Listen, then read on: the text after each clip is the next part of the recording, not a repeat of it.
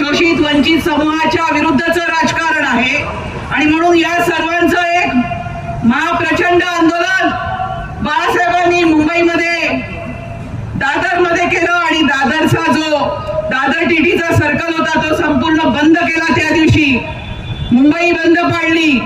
CA एनआरसीच्या प्रश्नावरती अशा प्रकारे रस्त्यावर उतरून सरकारला आवाज देण्याचं काम आपण केलं। लक्षात घ्या, जर इथे बीजेपी निवडून आली तर ते सीए एनआरसी आणण्याची धमकी देत आहेत आणि त्यांच्या विरोधामध्ये वंचित बहुजन आघाडीचे खासदार लोकसभेमध्ये पाठवण्याची आवश्यकता आहे।